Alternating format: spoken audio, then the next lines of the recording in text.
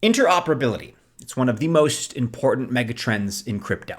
And often when we talk about this theme, we go to Polkadot and Cosmos as defaults. And that's with good reason, of course. These are both great projects, and we are huge fans. But there's another project out there who may be in a position to beat both of these based on three big variables. We are talking about Quant Network and the possibility that it has to be the number one crypto in terms of interoperability. And we're going to break down why.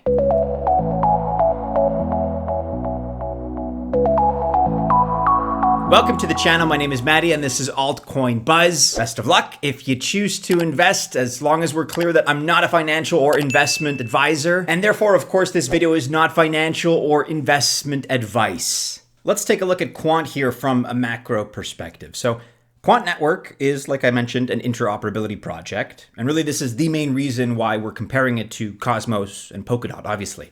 The foundation of Quant's interoperability is the Overledger platform. It has enterprise-grade security, smart contracts that you can use on all kinds of different chains, easy setup in just a few clicks, and easy APIs to integrate with other apps, platforms, and even other chains. The goal is to become the enterprise standard for building on blockchain, which means they're inviting and willing to support all kinds of Web 2 legacy businesses and assets. Quant is also working very hard on the real-world asset narrative. They want to be the place where you can tokenize your assets. And they're already working with the Inter-American Development Bank, the IADB, and Oracle.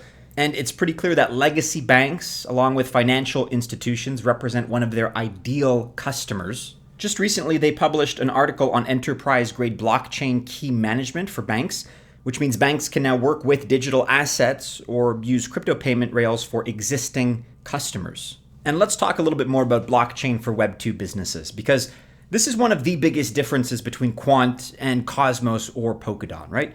Cosmos and Polkadot are building for the now and future Web 3 economy that will exist.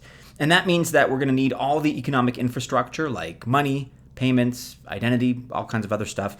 That's if this economy will be in parallel to the current Web 2 legacy economy. And because we think crypto is the future of global financial services, yes, we love that they are doing this. It's a solid strategy. This is the future that we all want. But it does kind of ignore the present. Let me explain.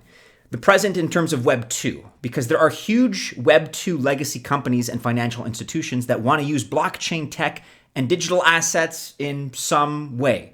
And this is huge. And this absolutely massive total addressable market is precisely the one that Quant addresses. This market is ready to buy right now. And this addresses banks, capital markets, payments, and of course, supply chains. A word now on CBDCs, because it also leads to a huge market that's controversial in the crypto world: central bank digital currencies. No one watching this probably wants CBDCs to be successful at the retail level.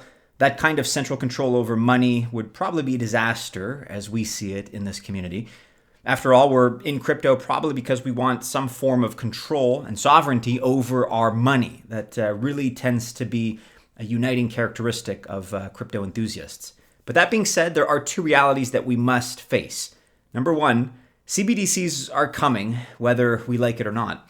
And number two, there are other CBDCs than retail CBDCs, and some of those could help make global banking more efficient. So if you wanted to capitalize and make money off this trend, then Quant really is one of the best places that you'd want to be. Ripple and Algorand are doing a lot in this area as well, but Quant is already working with the Bank of England, the BIS, which is the Bank for International Settlements, and others. And this is another area where Quant is way ahead of Atom and Dot. Neither of those is making a play at all in the CBDC market, and I know that many of you are happy about that. I myself also like the fact that Atom and Dot are not involved in the space, but you can't ignore that this is one of the huge megatrends that's happening in global banking right now, and probably for the next few years, at least the next few years. And someone will make some serious money by backing platforms that help central banks issue CBDCs. And look, I know all the talk about CBDCs is negative, at least at the retail level, concerning the government and how they probably just want to control the way you spend money and track that money.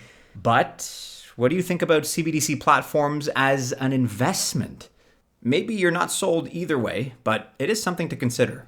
Let's talk now a little bit about tokenomics, because we have Web 2 access and CBDCs as our first two reasons to like Quant, but really tokenomics is another variable and is a major one in terms of why we see Quant's QNT token really in a position to outperform DOT and Atom in the near future.